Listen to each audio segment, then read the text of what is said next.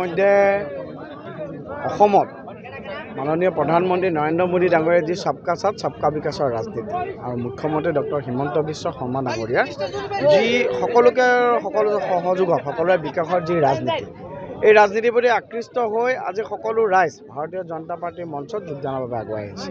আজি বৃহত্তৰ এই যিটো ভকতগাঁও অঞ্চল, ধৰ্মীয় সংখ্যালঘু অধ্যুষিত অঞ্চল, বিগত সামগ্ৰীৰ যি বিধানসভা নিৰ্বাচন তাত বিজয় লাভৰ পিছতে অসমৰ ৰাজনীতিত এটা নতুন গতি আৰম্ভ হৈছে। কংগ্ৰেছৰ 1947 চনৰ পৰা শতিকাজোৰা যি কংগ্ৰেছৰ প্ৰবঞ্চনা বা সংখ্যালঘু জনগণক লৈ পেলাই তেওঁলোকৰ যি ভোট বেংকৰ ৰাজনীতি, সেই ৰাজনীতিৰ বিপক্ষে সেই সংখ্যালঘু ৰাইজ, সচেতন ৰাইজ, যুৱ প্ৰজন্মৰ মহিলা শক্তি ওলাই আহিছে।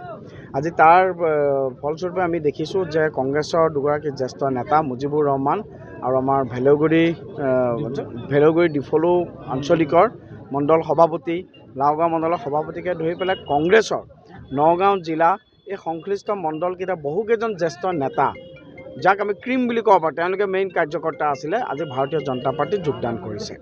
মই বিশ্বৰ সৰ্ববৃহৎ ৰাজনৈতিক দল ভাৰতীয় জনতা পাৰ্টীৰ মঞ্চত তেওঁলোকক আদৰণি জনাইছোঁ আৰু আমাৰ যি সবকা সাথ সবকা সহযোগৰ যি ৰাজনীতি, সেই ৰাজনীতিত সকলোকে সংযুক্ত হৈ অনাগত সময়তো যাতে সকলো আহি আমাৰ দলত যোগদান কৰে, আমাৰ হাত শক্তিশালী কৰে 26 বিধানসভা নিৰ্বাচনৰ কাৰণে আমাৰ যি প্ৰস্তুতি, এই প্ৰস্তুতিক যাতে আৰু অধিক খৰতকীয়া শক্তিশালী কৰে, মই তাৰ বাবে আহ্বান জনাইছোঁ। আৰু ইতিমধ্যে আপোনালোকে দেখিছে যে কংগ্ৰেছ দল প্ৰায় বিধ্বস্ত অৱস্থাত পৰিণত হৈছে। গতিকে ভাৰতীয় জনতা পাৰ্টীৰ নীতি আদৰ্শৰ প্ৰতি আকৃষ্ট হৈ ৰাইজ ওলাই আহিছে, আমাৰ কাৰণেতো শুভ লক্ষ্য। আজি কিমান মানুহ যোগদান কৰিছে? আপোনালোকে দেখিছে প্ৰায় 5 শতাধিক 1000তকৈ ওপৰ ব্যক্তি আজি ভাৰতীয় জনতা পাৰ্টীত যোগদান কৰিছে আৰু আন এটা বহুত প্ৰায় 5 সহস্ৰাধিক আছে ন, আৰু বহুতখিনি মানুহ আছে আৰু ইতিমধ্যে আমাৰ লিষ্ট আছে। গতিকে সকলোকে আমি জইন কৰাম। কিন্তু আজি আমাৰ মণ্ডল সভাপতি 2জন, মণ্ডলৰ সাধাৰণ সম্পাদক, যুৱ কংগ্ৰেছৰ সভাপতি, পঞ্চায়তৰ প্ৰেছিডেণ্টকে ধৰি পেলাই কংগ্ৰেছৰ যিটো মূল ক'ৰ টীম আছিল, ক'ৰ টীমৰ প্ৰায় 95% আজি আমাৰ ইয়াত যোগদান কৰিছে।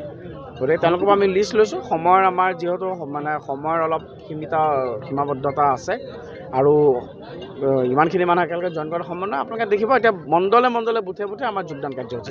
লাওগাঁও পঞ্চায়ত কংগ্ৰেছ মুক্ত বুলি লাওগাঁও পঞ্চায়ত হৈছে, লাহে লাহে চামগুৰি ৰূপহী আমি কংগ্ৰেছ মুক্ত। সমাগত পঞ্চায়ত নিৰ্বাচন